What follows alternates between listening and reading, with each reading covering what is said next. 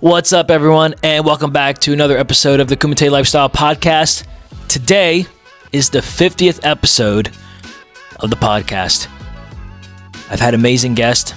Every single guest that I've had has shared an incredible story, and I learned something new from each and every single one of them. Today, I'm super stoked and honored to have a lifelong friend, a brother, a homie, a coach, an instructor, a roommate, all these things at different points in life. His name is Howard Steele. And in this conversation, we dive into his early career as a martial artist, what inspired him, some of the life challenges that Howard's faced, and his willingness to be open, vulnerable, and the way he connects, shares, and just his ability to continue to move onward. And as we discuss, you'll get to learn more about him in this amazing conversation. Before this conversation starts, today's show is brought to you by Delaware Bushido Academy, Gracie Jiu-Jitsu Smyrna, White Belt Surfer, and Tory Wellness Center. If you're someone that loves authentic, real conversations about growth, resilience, and never giving up, this one is for you. Let's welcome Howard Steele onto the show. What's up, Howard? What's up? Here we are. Here we are, bro. Yeah. 50th episode, man.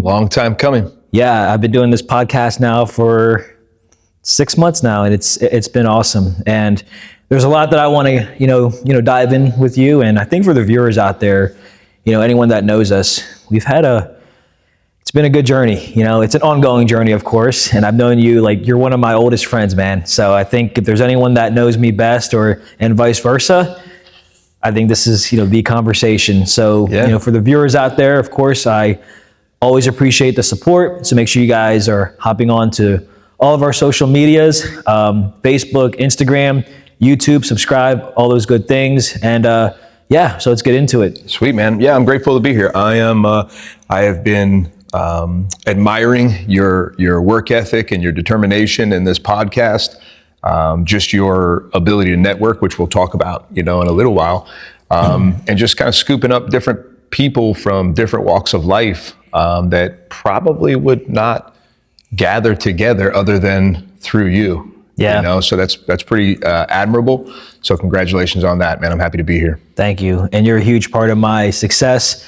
I know we're big on I know I say this a lot in teaching, using my whole team, and I really believe that. And you're a huge part of my success. Like I said, just not just now in my life, but I think when people see us where we are now, especially from a professional standpoint, they see two martial artists that have really, given a lot to, this craft. But what they don't know is that our professional relationship goes way beyond that. So that's where I kind of want to start now. So, for those watching, again, you are my karate instructor, my jiu-jitsu instructor, but you first and foremost, you're my homie, my best friend, my brother, all those things. And you're actually, from the time I started, I've had a lot of people say, when are you going to get Howard on? When are you going to get Sensei on? And I said, in time. And I've even had to kind of shuffle things, but I'm just glad that we're here. So I want to start off with this notion that, you didn't just start off as my instructor, as kind of the norm, as I guess people would say. My first time meeting you was actually, I was 10 years old, and you were working at Dave's jewelry shop at the time, Jeweler's Loop. Yeah. And you would come in for the noontime class at Rigby's Karate Academy, excuse me.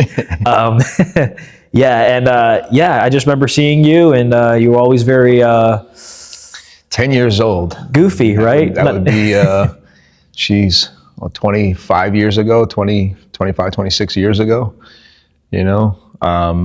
Was I goofy as a 10-year-old? Yeah, the funny thing, I was trying to think of, when my first recollection of you, and really, honestly, it was more of you, like hearing of you. Master Rigby spoke highly of you, of course, early on, all the students, like, I'm not talking about when you were like a little kid, you know what I mean? But as you grew and as you became more serious, I remember our trip in 2005 to the Ishmael Hall of Fame. Yep. And that wasn't my first trip to the Ishmael Hall of Fame. It was, we had gone in the past, but it was probably the first trip where I felt like this was something that was going to be in our future. Does that make sense? So we had gone to different tournaments before down there, and we went in 2005, and it was interesting because Master Rigby was getting inducted into the Hall of Fame. That's right. And Dave Lukowitz and some others were there, and you were there. I remember Dave's stepson Mark was with us, and they were training primarily with me. Dave's kids were training primarily with me, but Dave got his black belt just after I did from Master Rigby back in 1993. And so we've been longtime friends. So anyway, we went to the banquet, and I remember sitting at the table with you, right? And funny enough, there's a photo of us. I'm going to make sure that I share that photo. There is a great photo of us. With my crazy, bleach blonde hair. Yeah. And you had hair back then at that time, I did. too. I was going to say, and I had hair, and I think I had a Backstreet Boys, thin chin strap style beard. So a lot of things have changed since then. And a blue button up. I remember it exactly. Yep. I was wearing a blue button up dress shirt. I think my ex-wife was with me at the time, and Master Rigby, of course, and Mrs. Rigby, and my parents. Miss Cloud was there too. Yeah, so. And I think maybe Jamie Lukowitz was there. I have to go back. I can't remember, but yeah, that's kind of like the first. Aside from hearing about you, the first kind of interaction that I remember. I'm sure we interacted. I'm sure I probably, who knows, corrected your stance or gave you a tip or something in class. I need correction, bro. I didn't need correction. I've been correcting you for a long time. You know what's interesting though? So we're talking about like that moment in 2005, and that was pretty special for me because, and we're going to talk about the Hall of Fame here a little bit later because I know, like you said, that kind of planted the seed of things that would kind of trickle, if you will, in the future. And that was such an important day because, seeing my instructor, get inducted and I had no idea really about, your legacy back then, but, knowing what I know now, it's always after the fact, but you were kind of, and I'm not to compare, but you were kind of me when I was younger. And then I kind of stepped into that role without even knowing who you were because, knowing who you were later on and, this competitor, I think you got like student of the year, like 3 times in a row. And and it was interesting. It was 3 times in a row. So student of the year, let's talk about it. It was the Master Rigby's dojo. We had a Shiai every year, a little tournament every year, and he would give awards. Aside from the actual tournament and the places and things like that, he would do like this little, 3 or 4 different little things at the end of the Shiai each year. And from the time I started until I got my black belt, actually, I earned Student of the Year. Now that may sound silly, especially because the dojo was maybe 40, 50 students or something like that, tops. But man, it was a different era, a different type of student, a different group of people, just a different training environment. And so that was like coveted. You understand? Like not everybody got that. And it was something that there was no kids classes back then. So it was right after I started. I started when I was 11 and there were no kids classes. And I started, and I think soon after I started, they started developing the kids classes. Around 96, 95. Yeah. And that was well after. I started in 89. They started developing those kids classes. And I never went to a kids class. I was always in an adult class. So even being a 11-year-old kid, I was always involved in the adult classes. Yeah. And so I earned that, that coveted Student of the Year award 3 times. Only 3? As a Q rank, as an under black belt. And he did not give this award to black belts. Right. The Shiai was always in December. Mm-hmm. And so the final year, I got my black belt in November, right before the Shiai. And, that would have brought my run as Student of the Year to an end. Mm-hmm. And then I remember Master Rigby standing in front of the dojo and announcing that normally we don't give this award to black belts. However, this person just got their black belt in November, and so then I received the Student of the Year award as a black belt even, wow. Which was cool. And like I said, it may sound silly, especially to folks that don't know and aren't aware of like kind of what that meant at that time, but it really was an honor, to be given something like that from Master Rigby, who was at that time like, oh man, like just very stoic and very like. Militaristic and just didn't give compliments very easy. Yeah. So to earn that from him, someone that I highly respected at the time, and even more now, was a really great honor. So yeah, that was cool, man. It was neat. And then, like you said, kind of coming forward from that, I was always the kind of up and comer, mm-hmm. And then when I got a little older and I moved on, and then there were other folks like you that kind of moved into those spots behind me. And it was just always nice to go back, even after I was an adult and had my own, classes moving and stuff. It was always nice to go back and train at Rigby's and just see, the product that was coming up, the group of people, and just a bunch of great people, that came up. Yeah. So you talk about getting it 3 times, and that is a big deal, I think, because it's no different than getting Student of the Month or Student of the Week. So I think kids now can kind of equivalent that. We have students that come in and say, I got Student of the Week, and they get so happy. So just hearing that from you, I mean, just to get it 1 time is special, twice, 3 times. So I got to ask, like, what was the perception of like all the other students where they're like, oh, it's going to Howard again this year? Or I don't know. Like, did you really not feel that? No, I had a bunch of friends, just like everybody that trains, I think. A lot of times when you start your martial arts journey, you start with a group of people, right? Yeah. Even though they're maybe not your friends to begin with, but they're kind of starting their journey at the same time. And then you kind of move ahead as a group. You get your first stripe, and then you guys are, you relate to them because they're just like you. They're white belts, or they're 2 stripes, or they're yellow belts, or whatever. And then you kind of move along in this pattern with this group of people. And so I had a group of buddies that were a little bit older than I was, but they kind of moved along at the same pace. And we were always very competitive. I remember like we would go to tournaments and stuff like that, and we were all kind of similar rank and whatnot, and we would always compete with each other, against each other, and then with each other, because sometimes we're in different age brackets or different, and it'd be like, oh, what'd you get? Did you get first? Oh, I got second, like this. I got second. I never got second. I'm just kidding, right? But the idea was like, we competed against each other, even sometimes with each other. So I think it was more friendly camaraderie than, anybody, at least, on my part. I don't think there was any animosity for, working hard. We always kind of, I do truly believe that rising tide lifts all ships saying, and I'm only a product of the people that were ahead of me and the people that were my training partners at the time, pushing me.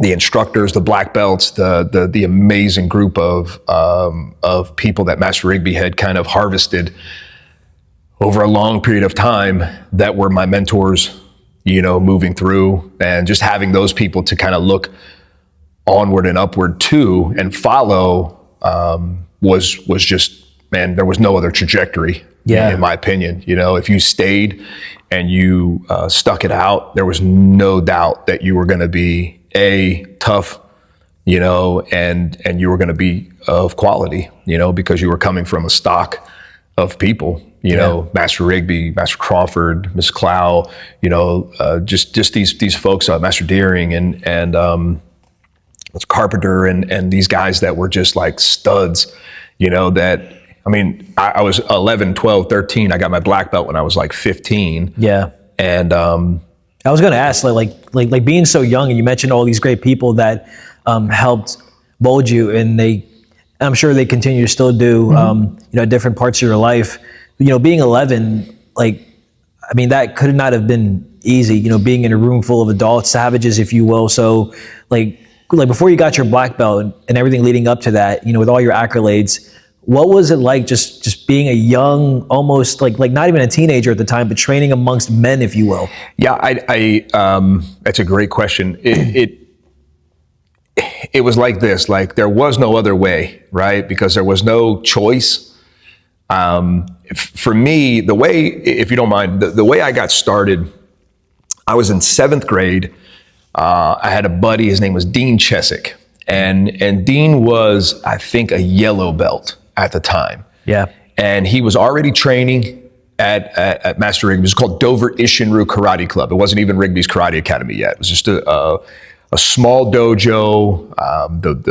It leaked. It was a hardwood floor. It was ridiculously cold in the winter and ridiculously hot in the summer. It's the same old story, uphill both ways in the winter, in the snow all year long. You know how it goes. Yeah. Everyone has their perception of what their start of their journey looks like. But Dean was in class one day, and Master Rigby used to give this pamphlet of information out to all the students, and it would have history and Japanese terminology and pressure points and codes and just little things like this. And it was a pamphlet. I remember it used to have this this outline of a man. Mm. It was just an outline of a man, and then it would like point and be like bridge of nose and solar plexus, and and it was just very intriguing to me. And at the time, at 11 years old, these movies, these superstars in these movies, Chuck Norris and Bruce Lee and Jean-Claude Van Damme and Steven Seagal and Jeff Speakman and then, of course, all the Karate Kid and, all these things this was very intriguing to me. And I see this kid, and he's got this, and he's a buddy of mine, he lives, somewhat near me.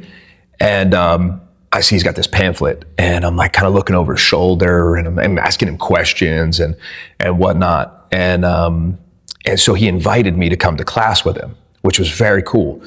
And he happened to live, if Master Rigby's dojo was here in Dover, Delaware, I lived in Hartley, Delaware. And then my buddy Dean lived further than me in Marydale. Mm. And so his dad had to pass by my house in order to get to Master Rigby's dojo. And so his dad very kindly offered to give me a ride. And there were many occasions where Dean's dad would give us a ride to the dojo, and we would jump in the back of the pickup truck, in the bed of the pickup truck, and we would ride, 'cause back then you didn't need seatbelts and all kinds of weird stuff, Mm-hmm. And I remember riding in the back of the truck, getting out. I remember the first time I walked up the steps, the first class I watched. I remember there was an event that,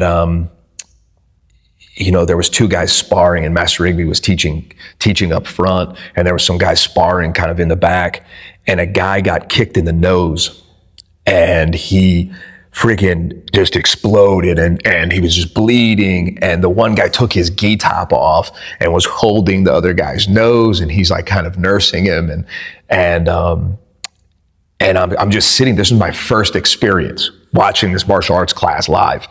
I'm sitting on the sideline, literally like the chairs were here, and then the dojo was like right there.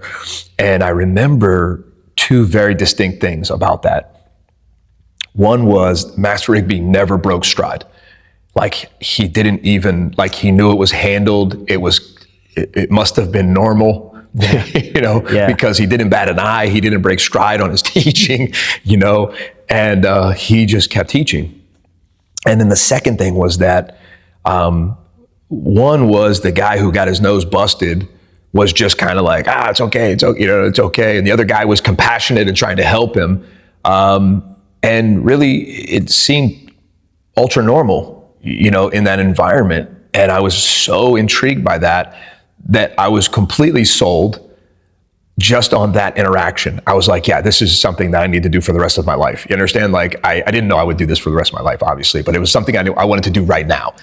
And so that was the kickoff, man. And then I just started training at Master Rigby's, and man, the rest is history. You know? So at what point did you know that it was going to be for the rest of your life? Because you just said that you didn't know then, but at some point, I'm sure there was some small inclination, like, you know what, I'm doing this, especially navigating, life as a young teenager, if you will, and all the ups and downs that, you face, even aside from karate.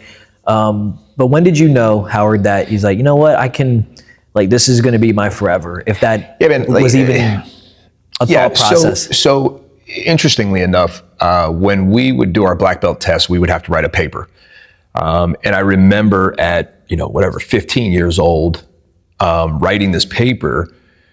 And it was kind of like, I think there was one question that was like, after you receive your black belt, what do you plan to give back, to the art? And I remember distinctly writing that at some point I would have my own dojo and I would teach my own students, and that's how I would give back. I would carry on this legacy and preserve this art by teaching other people. And early on, I was very lucky. Here's the thing. I don't know about lucky.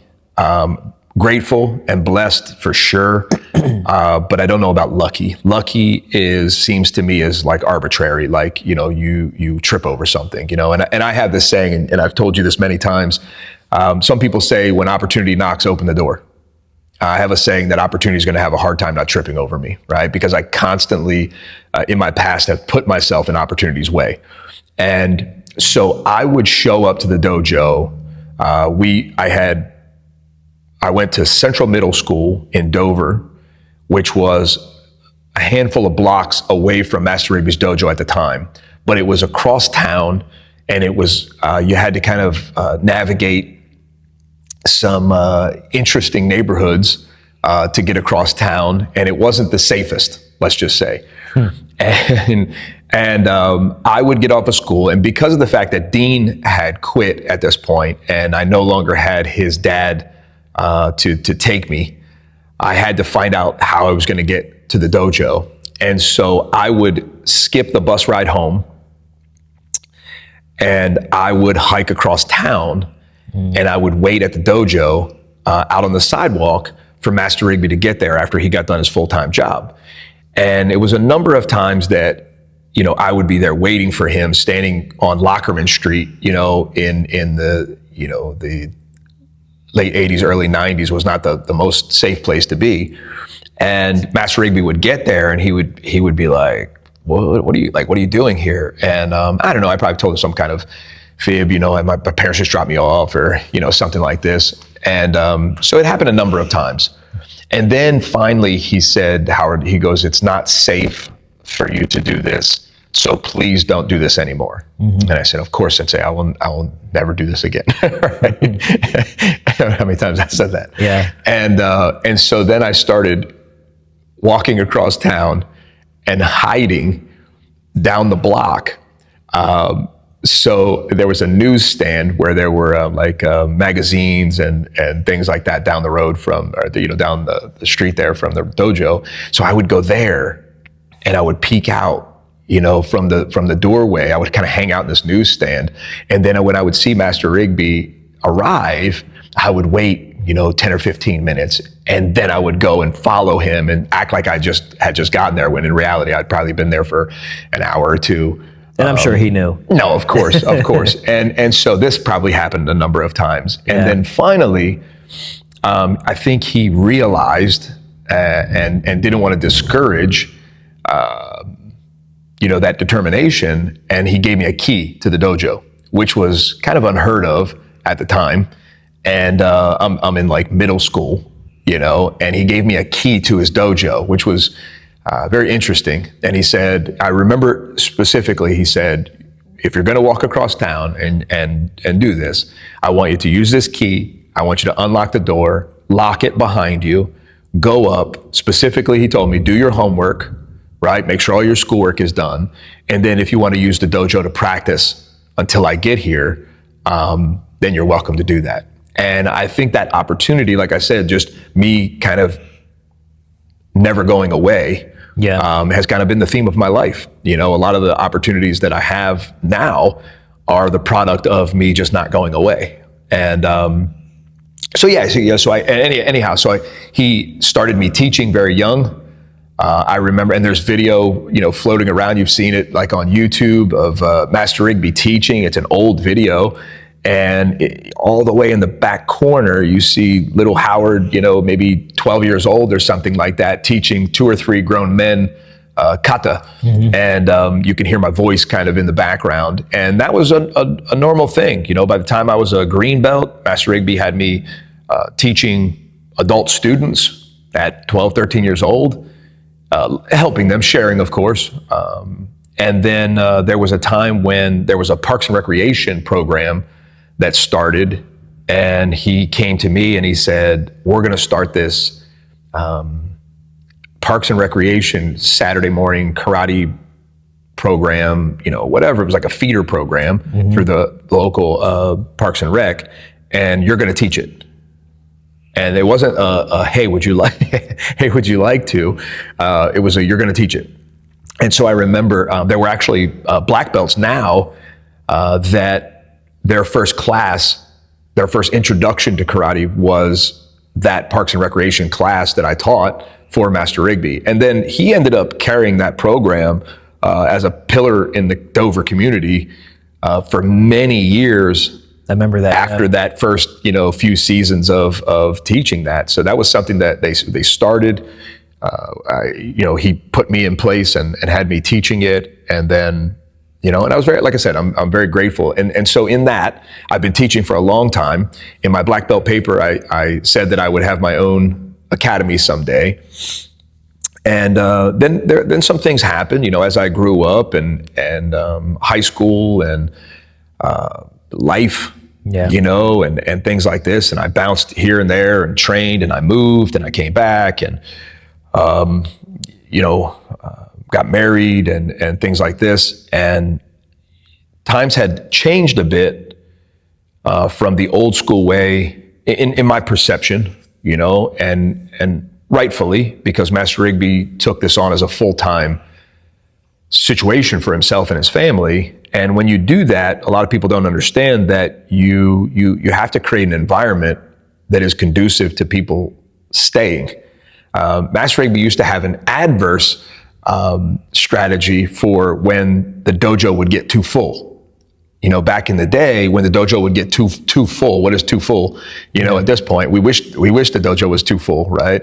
But when the dojo would get too full, he would have a handful of classes that were ridiculously high intensity in an attempt to weed out people so that the class could become more manageable.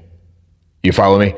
And so when he went to a full-time martial arts instructor, when he, took this on full-time and moved to a new dojo, there was a culture shift. Sure. And in hindsight, as an adult, as a mature business person, I recognized the need for that culture shift, and it was probably one of the healthiest things that could have happened.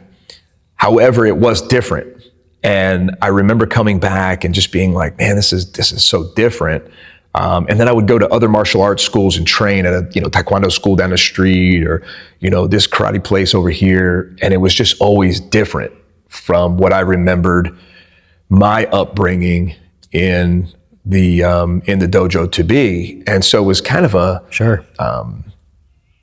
searching, that led me to teaching full time, because it was like a searching for a recreation of what I had been brought up under, and so I remember this conversation that I had with Master Rigby. I sat down across the desk from him, which was not new to me, but it was new to me to have this conversation as a grown adult, versus there were many times that I got pulled into Master Rigby's office for various different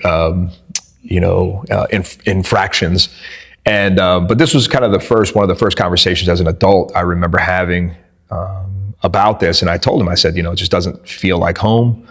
And when I go over here, it doesn't feel like home. And and I remember him maybe even a little bit sarcastically suggesting or saying like, well, maybe you need to open your own dojo. And whether it was or whether it wasn't, I sat there across the desk and I was like, kind of already thinking that in my mind anyway. And that was kind of just like the permission, basically. Yeah, kind of the permission, And I said, Sensei, I think you're right. I think I should. And this was like 2000, so 2000, 2001, I started teaching a small class in Middletown, not too far from here, 30 minutes from Master Rigby, 40 minutes from Master Rigby. And and we just kept growing and growing, karate to MMA to full-time jiu-jitsu, jiu-jitsu and karate. And it's just been, like I said, it's just been part of the journey. So yeah, I think it was just, it was organic. Sure. That when you're around teachers like we were privy to be around Master Rigby and the black belts that we came up under, that it just made sense, to be put in a position to share martial arts with other people and to see that fulfillment of other people so young, to see that fulfillment in watching other people succeed became very addictive, And so, it just kind of happened organically that way, I think. So, yeah. Yeah. And I've, as I sit here and I, listen, as you reflect your story, it kind of culminates on our story together where, things happened at a certain point and then you meet certain people along the way. It's like the seasons of life that we talk about. And I know I remember, some of your first schools. I think I've been to most to all of them. I can't recall, maybe one or two I haven't, but seeing your transition over the past, like 25 years, man, that's been pretty special. And like, you don't realize that until you're in the current moment now. And like, we can sit here and like, talk about all the great things that we've done or like, what you've done, but I don't think people see, the sacrifices that, one makes, because you weren't always a full-time martial artist. And you talk about your friend Dave. So at what point did you decide, man, you know what? Like, I know that I'm going to do this for, the rest of my life, but there's bills that need to be paid and, you still got to, take care of your family. So there's still sacrifices to be made,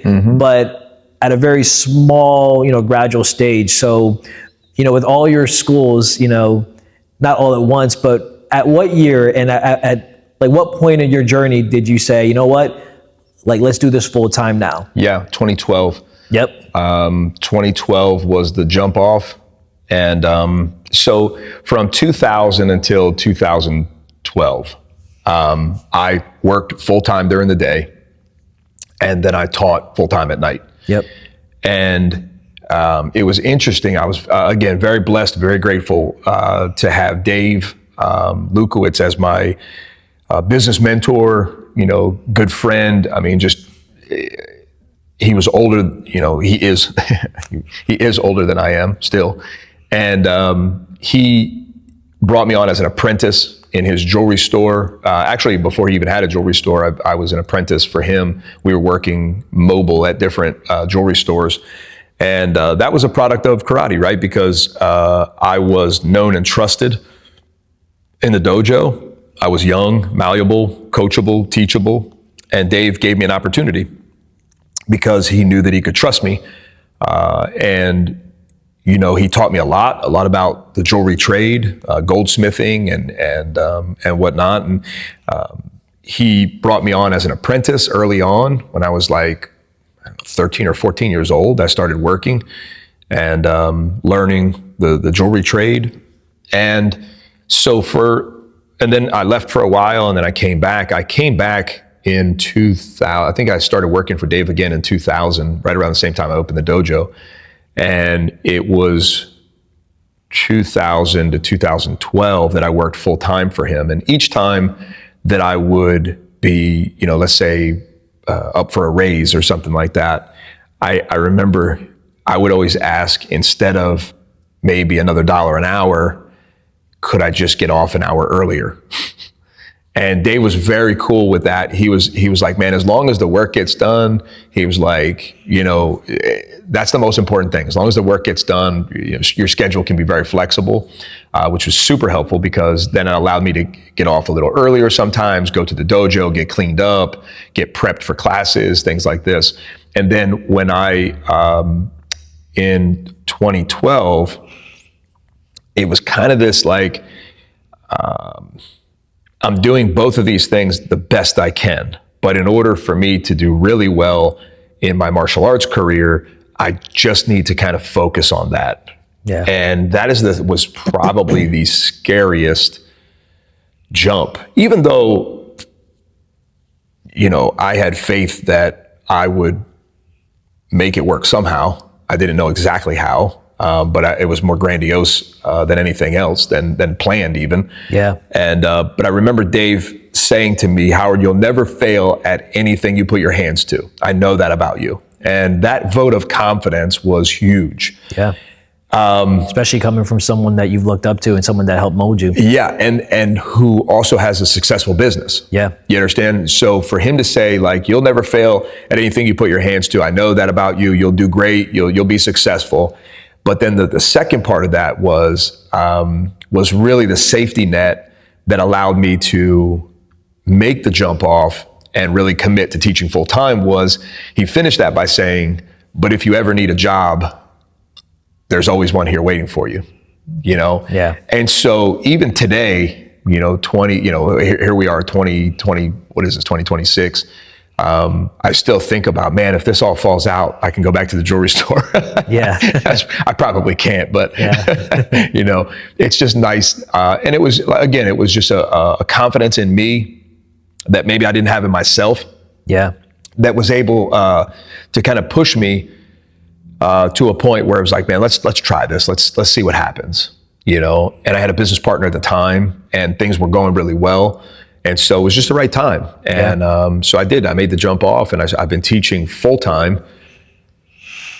That's been my profession for the last 14 years, And again, there's been a lot of ups and downs, a lot of sacrifices. But man, overall, it's the best thing in the world. Just to say you're a full-time martial artist, that you teach karate, jiu-jitsu full-time. No, freaking the best, bro. We put our pajamas on and we do something we love for a living, and people pay us for it. It's the most ridiculous notion. Yeah. That I say this all the time. I'm like, man, I get to do what I love doing, and people pay me for it. It's the most ridiculous thing. And the key word is we don't have to do this. Yeah, no, for sure. And that's the thing, and that's something that I said early on, man. I want to teach because I want to teach, not because I have to teach. Yeah. I would much rather go get a full-time job and teach occasionally because I want to, than to get to a point where I don't like doing this anymore, because of the fact that, whatever the environment or the student, like whatever it looks like. But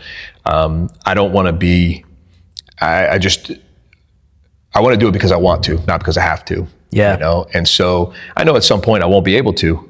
And so I think just being present and grateful for what my body can do right now and what my mind can do right now, because someday my body won't be able to do what I do now, and maybe my mind won't be able to do what it does now, but that's not today. So we just keep grinding. Absolutely. I want to go back to Dave real quick and your relationship with him and everything that he gave you, and just that permission you said about like you'll never fail, what you put your hands to, and being your homie for so long. I've seen all the hard work that you continue to do, and then him giving you that kind of that safety net.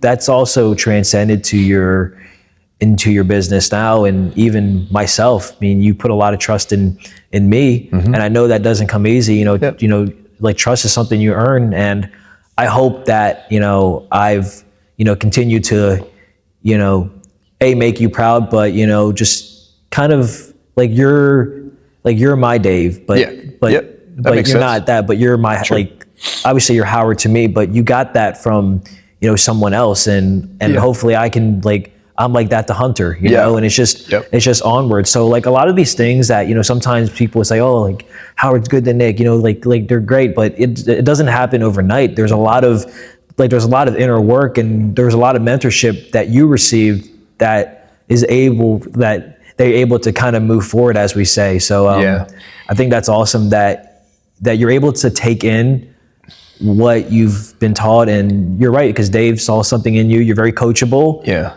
And even as a black belt now, I see that when you're working, you know, with the Gracies, and we'll talk about that here later. Mm-hmm. But I think it's cool how you've never lost that mindset, or the white belt mindset, which is so valuable as we get older and as businessmen. So how do you still have that mindset where, like, because anyone in your position outside looking and be like, oh, like I've done it all, I've done this or that, and it's easy to kind of be like, like what can this person offer me? But I've never ever gotten that vibe from you, H, and I just like where does that come from? Yeah, I think humility, I think, is the first step, you know, in practicing humility, and that Shoshin, that white belt mindset that we talk about, and how can we preach something to our students that we don't embody ourselves? And so if I'm constantly saying, hey guys, you know, there's more out there. Hey guys, there's, you know, make sure you're open to this, and be critical thinkers, and think for yourself, and don't trust me, go see if it works, you know, and things like this. I mean, like that creates a mindset, you know, and a habit of just being open to learning. I know I'm not the best, so how can I continue to strive to be better? And I think to be better, you have to be open to new things, right? The worst thing that, you know, we hear this in business, we hear this in martial arts, in the dojo, and things like this, is like, you know, well, that's not the way we did it. That's not the way we've always done it, you know, or we do it this way because we've always done it that way. And I think that's just the most handicapping mindset to have. Like, just because that's the way you've always done it doesn't mean that's the best way to do it. Yeah. And being open to new and better ways is what keeps us open-minded, you know. And so we tell everybody, when you come on the mat, you know, or you bow into the floor, that we should be adopting this white belt mindset. Always be willing to learn. You know, the value of a cup is in its emptiness. You know, this idea of like, what's the point? Like, what good am I if I'm full and no one can improve me? Yeah. You know, like Henner says all the time, you know, if you're the best person in the room, you have to handicap yourself in a way that you can continue to lose, because losing helps you learn, right? Creating deficits so that you can continue to grow. And I just think that I'm the product of many good instructors and mentors. I was never the best in the dojo, so I always had to work really hard to be better. Yeah. You know, I was never the best at jiu-jitsu, so I've always had to, you know, I was never the biggest, most athletic guy, so I always had to work really hard to get anything. I've never been the most gifted in business, and so I just have to work really hard in order to keep the lights on and the students rolling in. I've never been the best at marketing. So I just have to be consistent, and I have to learn, and I have to use tools to grow and to learn in these different facets, because it's more than just me, right? If I'm the ceiling and I'm not growing, then my students aren't growing. And so I just feel like, man, we have this saying that you should be the most dedicated student in the building, right? That we kind of train by. And if we're not, you and I and the other instructors are not the most dedicated students in the building, then it creates a low ceiling, and then the students can only go so high. Yeah. And so if we're truly here to serve our students, one of the best ways that we serve our students is by continuing to grow. And that creates a higher ceiling for them to be able to grow. And that's just, it's just something that I've always done. Modeling Master Rigby and Dave in martial arts and in business, and the Gracie family, of course, you know, they never settled. You know, they always grind. I never remember a time where Dave was off. You even when he was on vacation, we would call him and, hey buddy, we're looking for this job or this, thing. And he was just always available. He was never like, hey, I'm on vacation. Master Rigby never stopped. Until he retired, he was teaching. Of course, he would take days off and things like that, in the latter part of his career and whatnot, but he was just never not working. Yeah. And that's what people, I think, don't understand about running a business is you're never off. Yeah. You're constantly thinking about, even when you're home and you're on vacation or you're doing something else, you're constantly thinking about, what's the business doing? How can I make it better? How can we get more students? How can we improve the experience for the student? There's constantly things happening. So it's always on your mind. It's always on your mind. And if it wasn't, that means you don't care about it enough. Yeah. And it's, some people are very good at compartmentalizing and, when they check out at the end of the day, they check out and they do something different. And I think that's a skill. It's an admirable skill that I don't have. Yeah. I don't have that either. No. And you just, you keep grinding, you know, and like I said, we'll just keep grinding until we can't. So, yeah, I think something else on top of what you're saying about just being coachable, open-minded, and just knowing that, we don't know it all. A lot of that also is a sphere of influence on what you do outside the dojo. I know for myself, when I was your roommate there for a good bit in my early adult life, as much fun as we had, I remember the biggest thing that I took from that was you never pretended to be my dad because you already knew that I had one, and I still do, of course. But you became like a older brother / mentor / sensei / hey, like basically get your stuff done and we'll have no issues. So it's like you were still able to play all these different roles, and that was, and obviously we talk about the good times, but I want you to know that was a huge impact in my early adult life. Yeah. And for those watching, I remember very clear, it was 2008, Master Rigby just had his 35-year anniversary at the Shia, and we were joking around, maybe because I was an adult now, like you saw me not as that little kid anymore, and you and I were competing, and you got first doing Seisan, which actually that kind of spearheaded why I do Seisan now, and I got second, and it was just a lot of fun, and I was working at Legends at the time. It was such a different time in my life, and I know it was also different for you with where you were at. And then here I was working in Legends, you came in, you said, yo, what's up? And this is where we all had flip phones and we exchanged numbers. And like a week later, you were like, hey, you want to be my roommate? I was like, heck yeah, I do. So that was an interesting time, right? I was going through a divorce. Yeah. And, that's what started it all, bro. Yeah. And things happen, and that was an unfortunate time in life, and there's been a lot of maturity and growth since then. Absolutely. I'm now, as most people that know me now, I'm now happily married. Yep. And Jen and I are amazing and love each other very much, and we have a very healthy marriage. But that was not always the case, and so when you, in my opinion, I was not married as a Christian. When I was not married as a Christian, it was just really an agreement between me and another human. And when agreements between two humans go wrong, you just make new agreements. Sure. And I have a different belief now. But during that time, the agreement wasn't working out. It wasn't working out for either of us. It was very toxic, and we were back and forth, and just a really tumultuous time in life.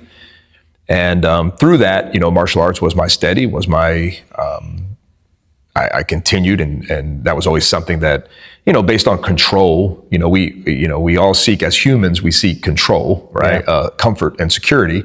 And so that was what I had. That was the only constant, was I can always train. I can always, learn more. I can always grind. I can always fight, and things like this. And so that never changed.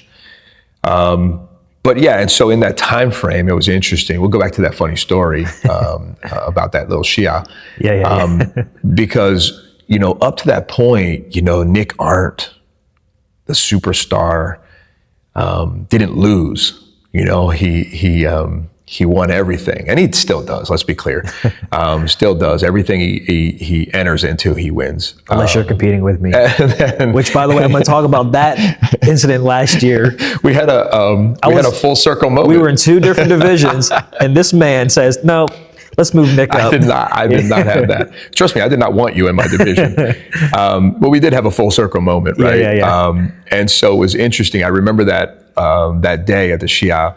Back in 2008. Yep. Yeah, this is 2008, and it was, like you said, Master Rigby's 35th year anniversary teaching, and man, there was so many people there. It was like because it was like a big anniversary. It was like a reunion. Yeah, it was like a huge reunion, and black belts from all the past and the present, and that was a fun day. Master Rigby allowed higher ranked black belts to compete in the Shia, which up to that point, once you got past a certain rank, he kind of deterred, competition just to give everyone the, for whatever reason. Fair play. Yeah, whatever, for whatever reason, right? Yeah. Or maybe to save embarrassment for some of the older folks that, who knows? Stories.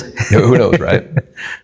So I remember him saying and telling us that day, well, if you guys want to compete, you can compete. He literally just sprung it on us. So it wasn't like we were in like competition mode or anything, And so I remember competing in that kata division and all the folks that were in that division. And I remember you coming up. I was kneeling down. I won't forget it. I was kind of kneeling down, and you kind of came up, and you were like, "Hey, what kata are you going to do?"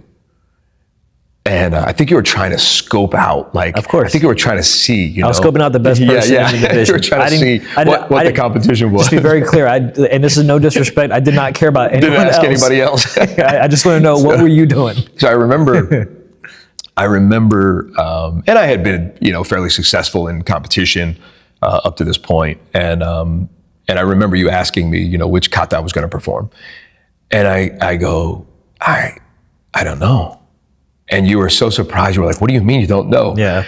And I said, "I haven't decided yet." And it was like, we were probably like 2 or 3 people from actually performing. Yeah. I just hadn't decided yet. You went last in that division, just to be very clear. And so that was political. I know. I was able to pull some strings to go last. I know, and I've learned from you.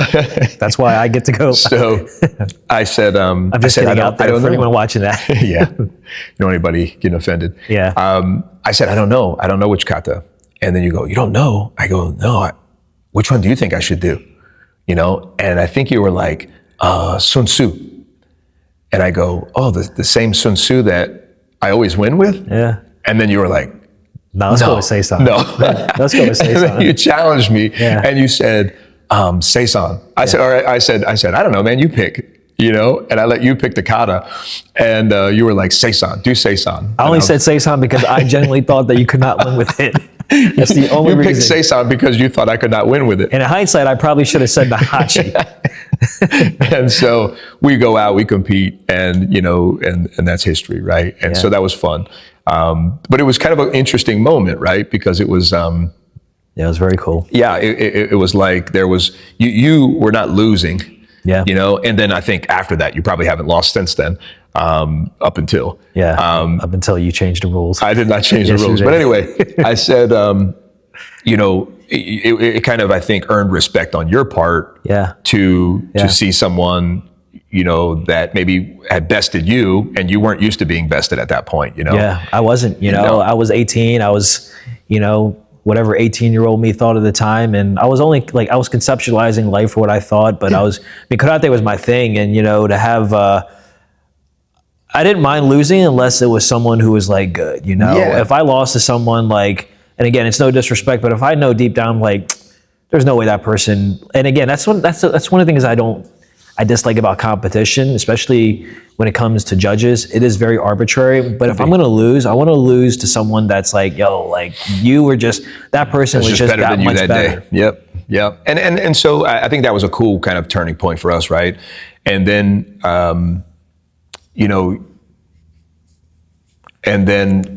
we touched base again. Like you said, you worked at Legends. I worked at Jeweler's Loop, which was just kind of around the corner from each other. It was next month. So it was January 2009. Yeah. And that was when I got divorced. Yep. And so I moved into this small rental house, and I had no idea how I was going to pay the bills. I literally had no clue.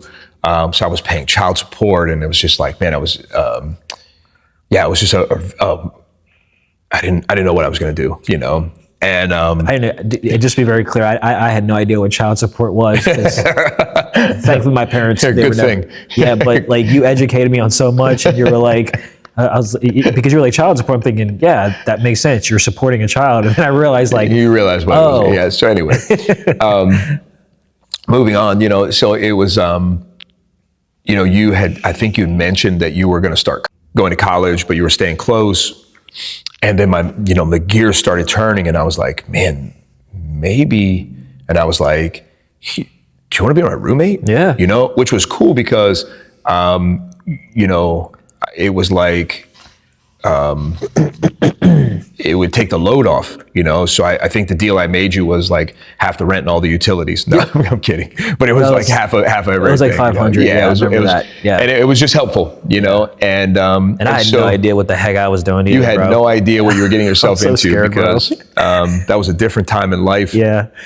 And we had a lot of fun in that time, but you always looked out after me. I think that's the most important thing. So even though it was so different for both of us, because I'm at a different point in my life and you're at a different point, college, you know, you're like, you know, going through a divorce, you know, like, you know, new relationships. So we're like we're both in this together, and we're challenged. Like, it was a challenge for both of us. But the thing that I always can look back fondly of, and I tell people this anytime I talk about me living with you, is like, you always had my back. You always had my best interest. Yep.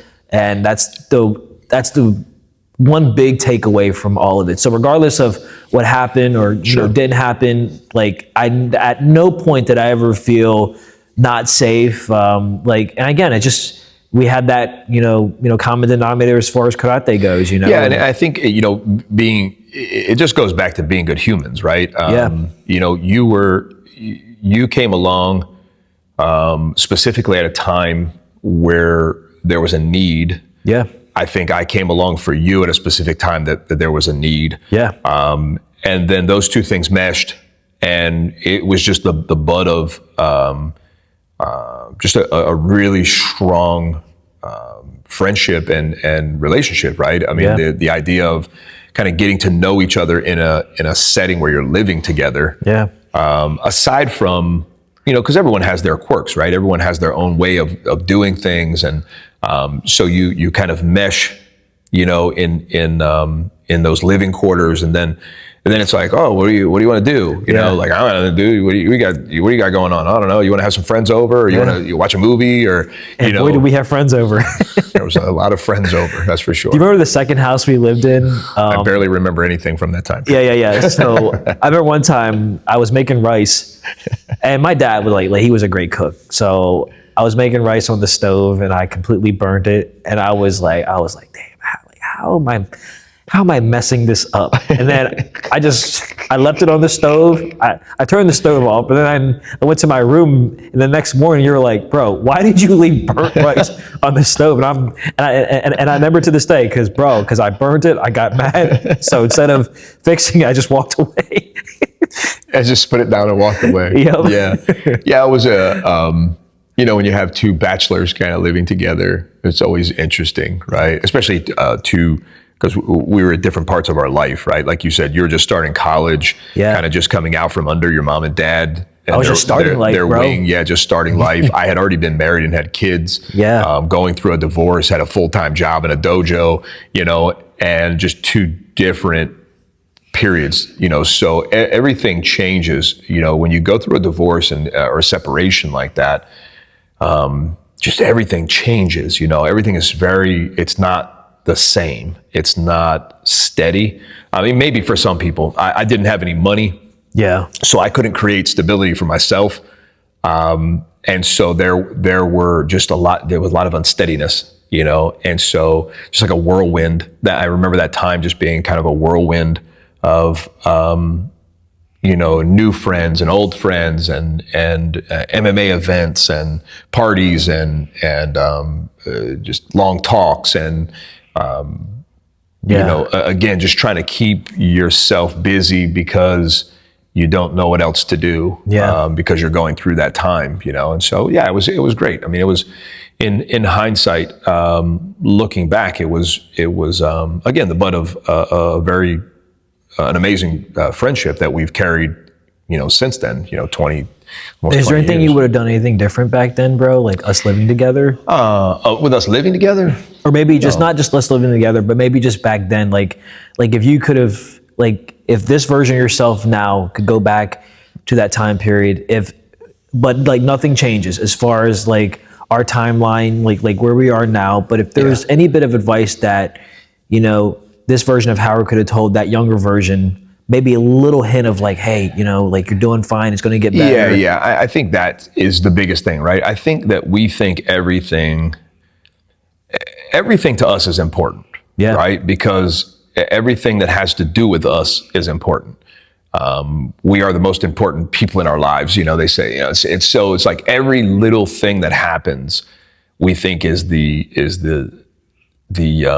biggest thing in the world, And I see this, man. I was just thinking about this the other day. I saw I was watching a show, and it mentioned a young kid, man, like 13 years old, committing suicide or something like that. And I just, we think that this is the end, like something bad happens to us, and we think in the time that it's happening, we think this is the worst thing in the world. There's no way out of this. There's, you know what I'm saying? There's no answer. There's no, and I think just, again, in hindsight, going back to a younger me, there were very dark times where, again, going through divorce, and I had some friends die in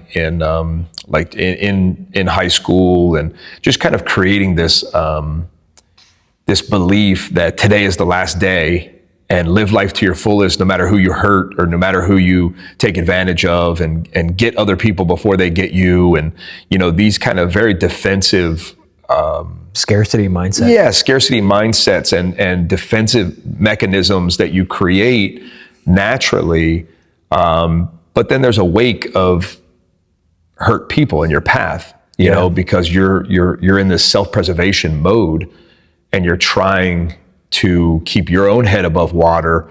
And it's just like, how they say, like, you have to approach a drowning person a certain way, because otherwise, in order to try to save themselves, they'll push you down. Sure. And I think that when people are struggling, that is very common, right? That they leave a wake. You've heard that saying, hurt people. Yeah. Right. And so I think that would be probably the biggest piece of advice that I would give a younger me is that it's not that serious, man. And everything is going to be okay. God's got your back, and he's still here with you, even though it doesn't seem like it at the time. Yeah. You're in this storm, but there is another side of this storm. And it's very easy to say when you're on the other side of the storm. Sure. And it's very easy to say to other people who are in storms, but it's not that easy, when you're going through it. It's the toughest, know. And I think that martial arts, I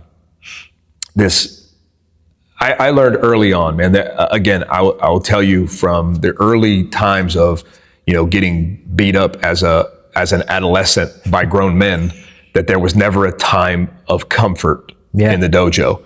Like, I don't remember ever being comfortable in the dojo. Again, it was super cold in the winter and super hot in the summer. The dojo, even though it was a blessing to all of us that were there, was not a luxurious, comfortable dojo. The beatings, that we endured, and the conditioning and things like that were never comfortable. There was never a relaxing time. Master Raby used every minute very diligently that he had us on the floor. And so, from there to Jiu-Jitsu and the discomfort, that you are surrounded by in Jiu-Jitsu while you're training and rolling and whatnot. I think all of that just gives us a conditioning that I'm going to be okay. Yeah. Right. That there's hope, that even though it sucks right now, even though it's tough right now,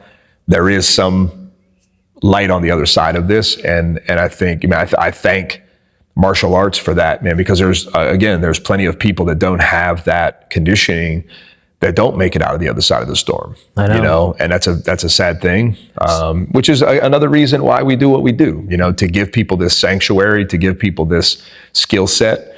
We tell the kids all the time, and you're privy to this, that we teach you, and we focus on these things here in the academy, not for you to do here in the academy, but for you to take outside of the academy and apply to your life. Yeah. We're teaching you, yes, to be respectful to your martial arts instructors, right? But really what we're doing is training you to be respectful to your parents and to adults and authority outside of the academy. Yes, we're teaching you to be compassionate to your training partners, but what we're really doing is teaching you to be compassionate to the people that you interact with outside of the academy.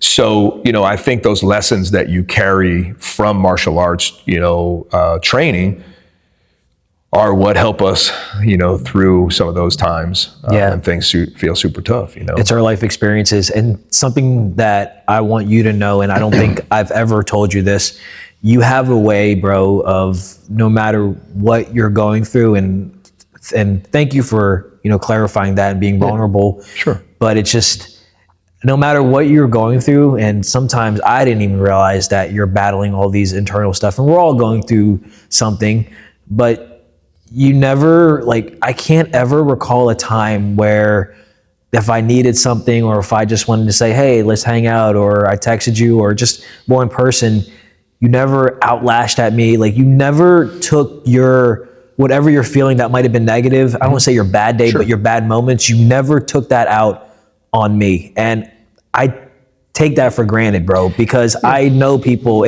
even myself, it's easy to just be like you're having a bad day, kid, don't talk to me, that. And something that you taught me so well, and I want to say I've gotten a lot better at is, especially when we're teaching, and I'm very thankful to have a life where I don't have a lot of stresses, Sure. But there's things that I've experienced that it's more mental, if you will, but it can bleed over into what we do. Yeah, absolutely. And our students don't deserve that. So I understand now more clear why you have that process or that mindset, because yes, our students deserve the best, but it more back coming from you, me being your student, you never showed me that bad side of you ever. Yeah. So I get it. And to be clear, there's been plenty of bad days, right? And bad moments and bad seasons.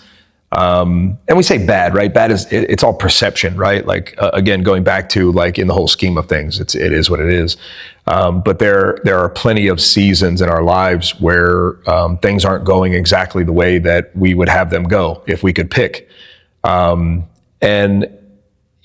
think that we only control a few things in life. What we think, what we say, what we do, and how we feel. And I learned that not too long ago, 10 years, adopted this kind of mindset of only having control over these things. And it's I can't control what other people do, but I can control how I react to what other people do. Yeah. Right? I can't control what someone says, or if they quit, or if they train, or if they, if they're mad at me or something like this. I mean, I can influence all those things, and we do have influence over those things, but we don't have control over them. And so when you get to a point where you realize, man, I can only control me, and you really exercise that control. And it's we were telling the kids class just the other day, I make that joke, and I asked the kids class, can you guys make me mad? Yeah. And they're like, yes. And I'm like, no, you can't make me anything. You're too small. You know what I'm saying? And if I allow, as an adult, the kids class to make me anything, how weak does that sound? Yeah. I'm emotionally weak, that I would allow someone else to control my feelings or control my attitude.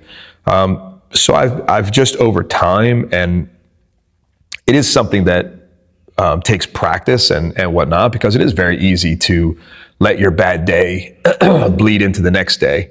Or let your bad season bleed into the next season, and that's you're either in a habit of doing it or in the habit of not doing it. We say that about martial arts, we say it about fitness, we say it about eating clean, we say it about all these things, but it's the same thing with your mindset, man. You're either in a habit of a good mindset or you're not, and that habit carries. And if you're in that that mindset that nothing is going good for me and nothing's going to change and there's no light and everything is bad, it not only bleeds into your next day, into your next week, and so on and so forth, but it also influences other people. And, you know, it could influence other people to see things the same way, or it can influence other people to not want to even be around you, to avoid that negative, you know, we talk about those negative people that are like energy vampires, you know, or cancer. That just kind of suck the energy out of the room when they come in the room, and nobody wants to be around that. Yeah. And so it just goes back to like, man, like, well, what's my best chance? Yeah. You know, like in jiu-jitsu, what's my best chance of winning this fight? And it's survival, right? It's, can I survive this fight? Not can I thrive and win this fight all the time, but it's like, what's my best chance of surviving this day? You know, this scenario. And most of the time it's like, it's a positive mindset, it's humility, it's generosity and helpfulness, and, you know, all of these kind of traits that are giving you your best chance to survive this day. And then at the end of the day, you sit down and you breathe and you're like, man, okay, cool. We're good. All right, now we're going on to the next one. Yeah. You know, and it's something I think that it definitely carries over habitually. Yeah. Or it goes the other way, you know, and you see people in that kind of downward spiral, and I'm not here for that. Yeah. You know? It's so easy to do, but you know, you made the choice to move forward. Yeah. So speaking of moving forward, right? So we talked about our timeline of us connecting and, you know, being homies, which we still are. And I think that's overall, that was such a cool moment in my life. It was, it's something I obviously never forget, but I learned a lot from that. And for you, you talk about how, you know, it's easy to kind of go, you know, the opposite direction. You continue to move onward, and I've continued to see your success. We talk about MMA, and you've started, I think you started an MMA organization at Del State. So I've seen you like, you know, put your hands in like, you know, so many different things. But the one thing I can say about you, bro, is that you're always moving forward. Always moving forward. Like maybe it's like you move forward and then a couple steps back, but you know, just seeing that progression. Yeah, I think for me, it's a lot of like, you know, we tried different things, right? Like, so because as leaders, right, we see deficit in certain things, maybe organizations or affiliations, or you know, like let's say in karate. When I first started training karate, there was no, and it was just the way I was training karate. It wasn't that there was a deficit in karate itself, but the way I was training karate, there was no ground fighting. Yeah. And so you see a hole. And so you have some choices. You know, I remember watching the very first UFC. I watched it with Dave, as a matter of fact. And I had just gotten my black belt. November 7th, 1993, I got my black belt, right? November 12th, 1993, 5 days later, was the airing of the first UFC. And it was a huge moment in martial arts history because it showed the effectiveness of ground fighting. It showed the effectiveness of Gracie Jiu-Jitsu in real combat. And it showed a deficit in a lot of other strategies. Not necessarily arts, right? Not that karate was worse than jiu-jitsu or kung fu was worse than jiu-jitsu. It just showed a deficit in their strategy. Sure. And so there was two ways that people approached that. One was they kind of put their blinders on and they made believe that didn't happen. And they just kind of reverted back into their dojos and continued to teach their mysterious martial arts with these known deficits without addressing them, right? And then the other thing that people did was recognize the fact that there's something missing here, and how do I get better? How do I move forward? Yeah. And that's exactly what I did. I remember renting VHS tapes. It was the Gracie Basics VHS tapes back in the day, and doing trap and rolls and elbow escapes in the carpet of my dad's trailer in front of the VCR, in front of the TV, and because I noticed that there was a deficit, right? I noticed like, man, that's something that I don't know, something that I'm not good at. And so I sought the knowledge to be good at it, and I wasn't good at it. I was just learning from a cassette tape and not under regular instruction and so on and so forth. But even in that mindset, in an affiliation, let's say you're in an affiliation and you see, or an association and no one's associating, you tend to want to, as a leader, you want to step into a position and help people associate. Sure. If you're in, you're doing something and you see, like with the MMA game, we had a bunch of guys fighting full contact. I fought full contact. And there were organizations that we belonged to that we would go and compete at. And I would just see like, man, I think there's a better way of doing this. And so my sister and I started a promotion.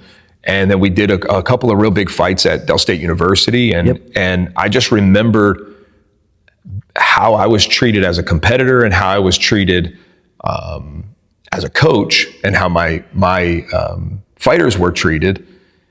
And I just tried to do that better. Sure. I saw the product of other small promotions and I just tried to do that better.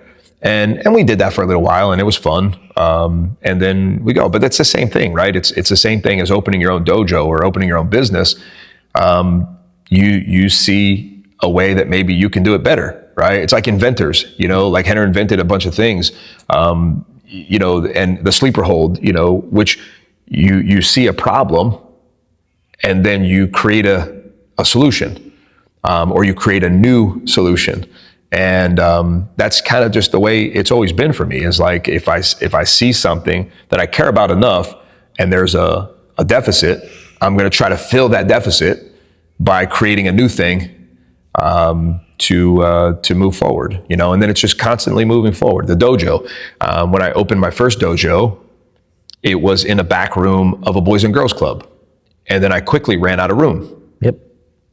So I didn't have room. So in order to create a new thing, I moved to a gymnasium. I was renting a gymnasium at St. Anne's Episcopal School in Middletown. And then the problem that came about was there was too much room and it wasn't mine. Yeah. Which meant I had to carry gear in and out, punching bags and things like this. So I moved to another spot.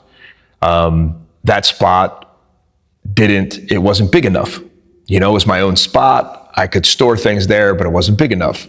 It didn't have enough traffic because we were on the back side of a small town. Mm-hmm. And so then I saw something on the highway, which, moving forward, that would give us more traffic. Mm-hmm. We moved there and there was more traffic, but there was no heat, and so, there was poles in the middle of the room. And so in order to create a solution for that, we moved to a new dojo, and the new dojo had heat and no poles. But again, it was somewhat smaller and tucked away, so no traffic. And then I went teaching full time, and then we saw that there was an opportunity to grow. And so I took on a business partner and we moved out on the highway. And then we grew exponentially in that dojo. Then there was some moral turpitude. There was some disagreement about business ethics, we'll say. Yeah. And in order to fix that and create a solution for that, I broke away from that and that affiliation, not only the business partner, but also the affiliation that we were with, and sought a new thing, and created a new thing. And eventually we ended here, which is a 10,000 square foot building with 3,500 square feet of open mat, no poles, heat. We finally got air conditioned last year. We have a beautiful building. We're blessed that, we could probably never outgrow this building. But it's always a moving forward. It's always it's never I'm going to go to a lesser thing. It's just kind of just kind of that mindset, bro. Like we got to keep going forward. It's interesting how you talk about each move you made. Mm-hmm. It was for whatever reason, whether it's too small, too big. but there was always a problem at every single. There's always a problem, bro. There's a problem everywhere we go if we look for them. Yeah. You know, and in hindsight, you know, I think they were all smart moves. Sure. In that, I never moved for a reason other than to grow. Yeah. You know, I never moved for a reason other than to get better. It wasn't because I got thrown out. It wasn't because I breached a contract. It wasn't because I made a poor business decision or anything like that. It was always to make things better. Always moving, like kind of failing forward, kind of falling forward. Yeah.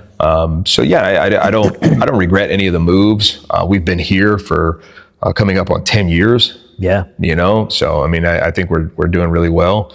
On the topic of growth, where are you currently now? Not your school, but where are you at, Howard, with your life, all the things that you're involved with? I know you talked about Henner a lot lately, so obviously you're involved with Gracie University. So tell the viewers, like, where do you sit now, and you know what projects or what things in life have you busy and still being active today? Yeah, I think the biggest thing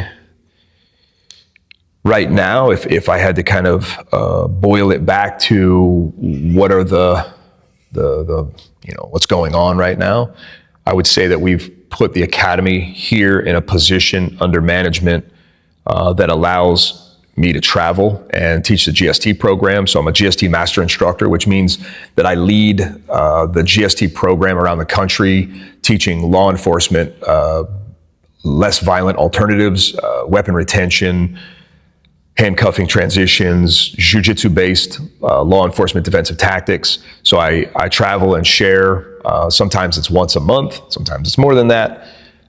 What we've built here at the academy, in bringing you on as a full-time manager, if you will, of the academy and full-time instructor, is like I've created something here that somewhat sustains itself. Yeah.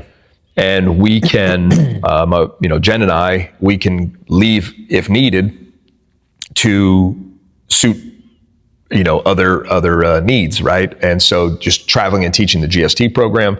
My grandson was just born in December, which was amazing. So we have plans of, making sure that we're doing holidays and things like that. We're going to go to Disney this coming year, and just so kind of changing the mindset to how can I get to a point where things move on their own, that I can take off anytime I want to, teach when I want to, everything stays the same, everything continues to grow. I mean, that's kind of the idea of business, right? Is a business that you can walk away from and then it continues to sustain itself and grow. Otherwise, if I'm married to it, or if it revolves around me, and I would like to say that we've done a good job of, when I travel, classes stay the same. No one says they're not coming because I'm not here. Yeah. And that's a product of the hard work on your part to teach amazing classes and to manage the academy in my stead. Mm-hmm. And our hard work and diligence in creating an environment and teaching you how to run a business. Yeah. And so that's kind of where we're at, and again, just flourishing in my marriage, in jiu-jitsu and karate. I just took a position on the board of directors for the Ishmael Hall of Fame. Yeah. So kind of full circle, again, going back full circle moments, to go and watch our instructor, Master Rigby, get inducted into the Hall of Fame, to me getting inducted into the Hall of Fame in 2022, to him stepping down from the board of directors, and then me stepping into that position on the board of directors, and kind of helping a group of folks run this event and banquet and organization has been kind of full circle, right? To go from an 11-year-old kid who, and to win the Student of the Year award, from Master Rigby, to watch him get inducted into the Ishmael Hall of Fame, to get inducted myself, to eventually serving on the Ishmael Hall of Fame board of directors is pretty much a, I don't want to put it like, man, it's all done. You know what I mean? By any means, I still consider myself a young man, especially compared to some of the other folks that are still doing this. Yeah. But it is kind of cool to see, like, man, the starting point and then kind of where you end up. I'm a director of operations for our association, the OIKKA. Earned that position through being helpful to Master Chase and the OIKKA. And so as far as karate is concerned, that's kind of where that's been. Jiu-Jitsu, to go from learning from those Gracie Basics VHS tapes to training directly with Henry and Hiron Gracie, grandsons of the Grandmaster, the founder of Gracie Jiu-Jitsu, and to be their representation here in Delaware and to represent them around the country, to be trusted to represent them around the country, teaching and leading this law enforcement course is a true honor. And you think about it, most, not, and again, in the most humble way, but most people never do any of those things, and I'm blessed enough, and God has created in me a calling and blessed me with the ability to do all of those things, to not only excel in my karate career, but also to excel in my jiu-jitsu career. And more importantly, to excel in my personal life and, my friendships like you and I, my marriage with Jen, my relationship, with my daughter and my new grandson. And again, there's still things to be worked on and ways to move forward. I mean, there's relationships to repair and, things to reconcile and whatnot. So if all of it was done, man, I guess I could just check out. So since it's not, I won't, we'll just keep that theme of, keep that theme of grinding forward, Yeah, I love it. So I have a fun question for you. Sure. So with everything that you've unfolded, if you will, and, telling us your story from the time you started and all those ups and downs and that onward motion that we talk about, if someone from your past were to run into you, oh man, what would you want them to know about you today? Yeah, man, sorry. Probably would be one of the first things, right? Apology. I'm a different person than I was even a year ago, even 2 years ago. I think that we constantly grow, hopefully constantly mature.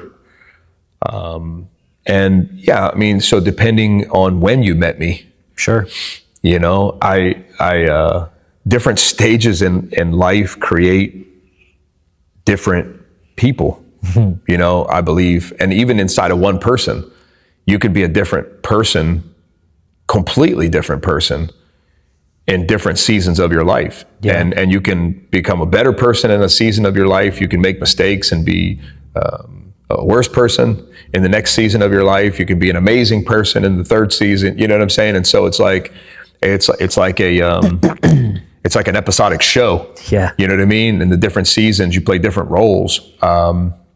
Interestingly enough, we play different roles in other people's lives, even without sometimes realizing it. 5 people can know us, but we play a different role in each of those. Yeah, and they even say that, you're the villain in somebody's story. Sure.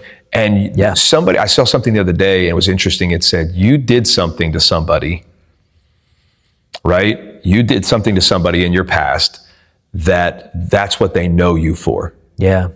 And you don't even remember it. Yeah. Right? So something you said or somehow you interacted with someone or you treated someone or you had a relationship, short or long or good or bad or whatever, you did something in your past that you don't have any recollection of. Yeah. But that person, that's how they remember you. And that's very interesting, And again, it goes back to perspective. I just know that I've always had good intentions. I don't think I've ever had ill intentions or evil intentions in relationships or ways that I've interacted with people. I've made moral mistakes, of course, we all do. We've all fallen short, and that's just who we are as humans. And I've tried to recover from those those things and make better choices as we mature. I think that's what we're kind of called to do, and it's kind of really all we can be expected to do. We don't have that go back in time, Back to the Future, change the narrative power, and so you can't. I think depending on when someone met me, would depend on what I would tell them. Yeah. If they met me when I was a kid, before the age of 10, 11 years old, I don't think I have any apologizing to do. I was a free spirit. I was pure and innocent, and my parents got divorced when I was like 11, and that kind of skewed a lot of views for me. And so, again, going back to defense mechanisms, for a large part of my life, I played this get you before you get me game, where I didn't want to get close to people. And, if I got too close, I would somehow sabotage that on my own terms so that they couldn't leave on their terms and hurt me. Yeah. And that wasn't even consciously. I wasn't even doing it consciously. I was doing that out of defense, and that's what we do. Things happen to us, and then we create these defense behaviors and things like that. I know that now. Yeah. But then there was like a lot of time where, just based on culture and based on the common beliefs of the time. I mean, I grew up in the 90s where, the common belief was the more girlfriends you had, the cooler you were, and there were movies like How to Be a Player, and all the music of the 90s was, it kind of supported that. And so, I thought it was cool to take advantage of people and things like that, and clearly, obviously, that's not cool. But you don't know any different. And so you know better and do better. Yeah. And so again, going forward, even in my adult life, I've made bad decisions, bad choices, and so you just fail forward, and you keep trying to get better, and you see the deficit. If you recognize it, just like all the things we talked about, if you recognize, the downside or the deficit, you do something to try to fill it, right, and to fix it. And so that's that, man. Like you don't get a second chance at that. Meaning you make a mistake, and the only thing that you can do is try not to do those things going forward. And that's why different times in your life you play different roles, and you people. It's funny, man. When I took on a pastoral position for the World. A few years ago, back in during COVID, which was a funny time. It was funny because one of the guys came to me, one of the guys from the church, and he said, my neighbor, I was talking to my neighbor, this is him talking, he was like, I was talking to my neighbor, and I told them that you were going to be our pastor. And she was like, what? Super surprised. Yeah. And, and she, it turns out the story was she was actually encouraged because, that she had known me in a different time of life, and I think she knew my ex-wife or something like that. And, but she was just very surprised that I had come to that point in my life. And again, man, just the common understanding of, a pastor doesn't mean you're perfect. Yeah. And so none of us are. But yeah, I think that's an interesting question, man. It really would depend. It really would depend because depending on what season I was in, I would have different things to apologize for. Yeah. Sure. Yeah. As in we all were, right? Yeah. And I think everybody can, right? I think everybody can say that same thing, depending. I mean, unless you're, a saint and you've never made mistakes before in your life, which I doubt very seriously. Yeah. Then yeah, I mean, it's just different times, different seasons. You're a different person. Moving onward, right? So one last question before we wrap this. Before we wrap up this great conversation. Yeah. Where do you see yourself in the next 10, 20 years? I know we can only predict the future, and we're very big on being present. Yeah. But I don't want to say what's next. I mean, not right in front of you, but where do you see yourself, like I said, 10, 20 years from now? Where would you like to be, H? Yeah, man, that's an interesting question. 10 years from now, 20 years from now, I'm 40, I'll be 49 in the summer, so 10 years from now, I'm 59. Whew, man, 20 years from now, I'm 69 years old, almost 70 years old. My parents are both older. So there's a chance, I'll still be around, 70, 75 years old, who knows? I'm more healthy now than I've probably ever been in my past. And so, the chances of me lasting that long are greater. But again, we're not promised anything. And, I could have a heart attack, or I could get a car accident, or, any crazy thing could happen.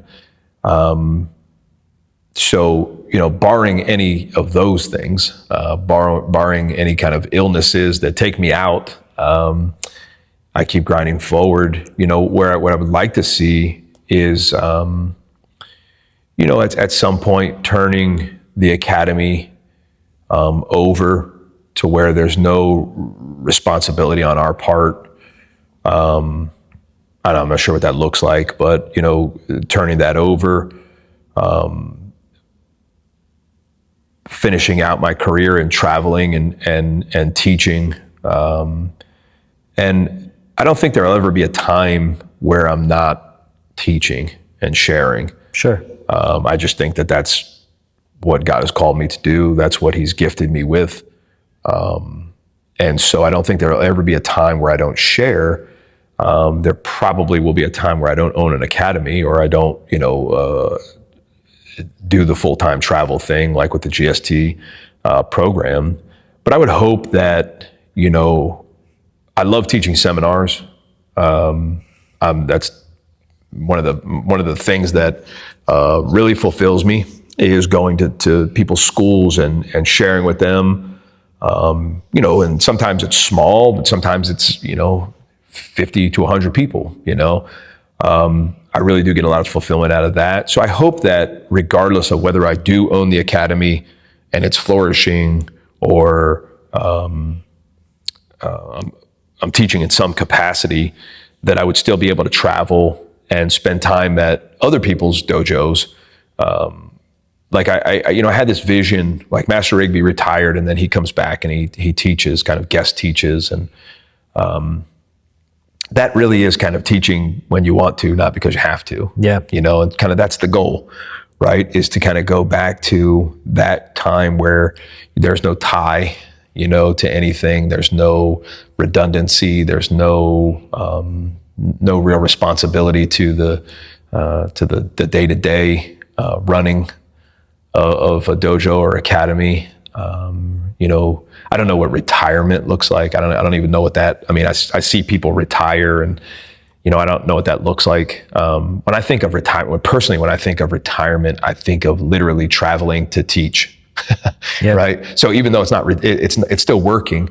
When I think of retirement, that would be a cool retirement, to be able to maybe once every other month or something like that, go and travel and teach a seminar at somebody's school, and maybe make enough money to take care of things that need to be taken care of, and until the next seminar, and just kind of always having a place like this to come to and train, where it's home, and to kind of continue the legacy that has been left with me, that I plan on leaving with you and the people that come after us. Just being a part of that until I can't. Yeah. I now I have a grandson. I'm sure my kids will get married, the ones that aren't, and they'll have kids. And, if I'm lucky enough and blessed enough, I'll be able to meet them and be with them and spend time with them. And I look forward to that, man. I look forward to the day that, my grandson Callan, he's like 3 months old right now, and I'm already looking forward to the day that, I can teach him and share with him, it's not that far away. Yeah. It's really not that far away. In hindsight, yeah. Yeah, to do a little jiu-jitsu with him and to show him all the things that I've learned and whatnot. And really kind of, it's interesting, man, as a grandparent, I have an opportunity to do things differently than I even did with my kids. Sure. You know, and so now being older and more mature, I had kids, man. Callan, you know, his mom, Idalis, I had her when I was like 19 years old, and you don't know anything at 19 years old. No offense to anyone that's 19, but you literally know nothing at 19 years old. And so now here at 49, I barely know anything, but I know a lot more than I did when I was 19. Yeah. And I feel like I can be that I am a better person at 49 than I am, or than I was at 19, you know, and I just have so much more to share with him, you know, so it's just kind of like that cool second chance, you know, when you have grandkids, it's like, man, I did my best, but now again, I see the deficit in what I did, and how I can be better going forward. So yeah, I'm just looking forward to that, man. Just being a good pup up, and which sounds so weird, and just continuing to share as long as I can share. Absolutely. You know, as long as people will have me share. You know? Yeah. That's awesome. I'm definitely looking forward to you know, seeing what you know still have left in the tank, if you will, and you know, and whoever comes after us, you know, like you always hear people say, like one day, you know, they're going to replace us. I don't like that word replace. I think of it as our upgrades. So I hope that our upgrades are, and I know they're going to be because we put in the work. So our upgrades are going to be more than capable. And like you said about, you know, the second chance with Callan, and even like even the relationships you have now with your family and the kids, and the time that you get, you can still be that best version that, you know, you preach like not only to myself, but, you know, for those around you. H, this has been an amazing conversation. Yeah, this was super dope, man. I feel like I could talk, you know, forever, you know, like, you know, about life with you. So I always leave off with this. Okay. First, where can the viewers find you if they want to get in touch with you? You know, social media, the school, just you as a person? Yeah, so our social media for the school, Instagram and Facebook, is Gracie Jiu-Jitsu Smyrna. That's the easiest way to follow what's happening, you know, here in our school. Howard Steele on Facebook. I'm old, so I don't even have my own Instagram. I just have the school Instagram, and that really is for the academy. But I'm old, so I still have Facebook and MySpace. So you can find me on either of those two. And that's probably the easiest way. If you want to connect with me, you want to see what's going on in my personal life, connect with me on Facebook, man. Send me a message anytime. Again, in the spirit of sharing, if you're a jiu-jitsu practitioner, a karate practitioner, or you just want to chat, you want to vent about something, reach out to me personally, and we can connect there. If you want information about the school, the best way to do that is through the socials, you know, through the socials. So very cool. Yeah. And then the one last thing I always give my guest is if you could give a shout out in 60 seconds to whoever comes to mind. And I know there's a lot of great people that you mentioned, but if you had to give, you know, a quick shout out, I want to give you that opportunity. Yeah, right on. So, you know, to put all of that whole conversation, man, I just had a conversation with someone earlier today about my job on the Ishmael Hall of Fame board. And when I took that position, I said, look, man, like as a Christian, all I want to do is glorify God, right? Meaning our chief end in life is to glorify God.